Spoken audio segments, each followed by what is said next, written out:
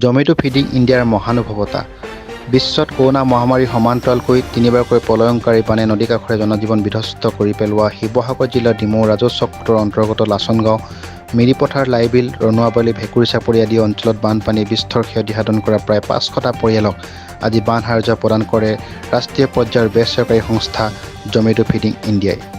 বান সাহায্য কাৰ্যসূচীত টাকা মিচিং পৰিণকাবাং কেন্দ্ৰীয় সমিতিৰ সহকাৰী সম্পাদক দিব্য কান্তি, শিৱসাগৰ জিলা সমিতিৰ সহকাৰী সম্পাদক একলব্য তাইত, মিচিং মিমাকাবাং শিৱসাগৰ জিলা সমিতিৰ সম্পাদক ধৰ্মেন্দ্ৰ তাও, চিত্ৰকমল তাইত, ৰমেন তায়ে, টাকা মিচিং মিমাকাবাং শিৱসাগৰ জিলা সমিতিৰ সভানেত্ৰী নীলাক্ষী তায়ে, মিচিং সাহিত্য সভা দিহিমু আঞ্চলিক সমিতি, TMPK, MMK আৰু TMMK দিহিমু আঞ্চলিক সমিতিয়ে পূৰ্ণ সহযোগিতা আগবঢ়ায়।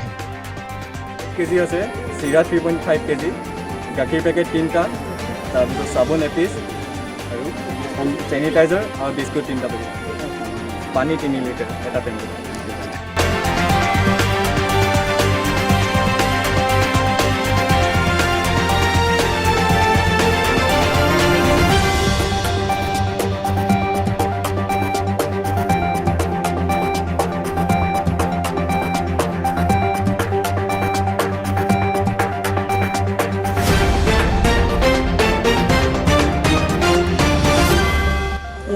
শিৱসাগৰ জিলা Zomato Feeding India Sivasagar feeding India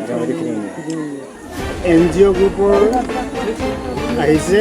তেওঁলোকে আমাৰ বানপীড়িত অঞ্চলৰ মানুহবিলাকক কিছু পৰিমাণে খাদ্য আৰু কিছু সামগ্ৰী যোগান দিবলৈ আহিছে। গতিকেলৈ আমি সঁচাকৈ ভাল লাগিছে আমাৰ এই বানপীড়িত অঞ্চললৈ আমাক এনেকুৱা ধৰণৰ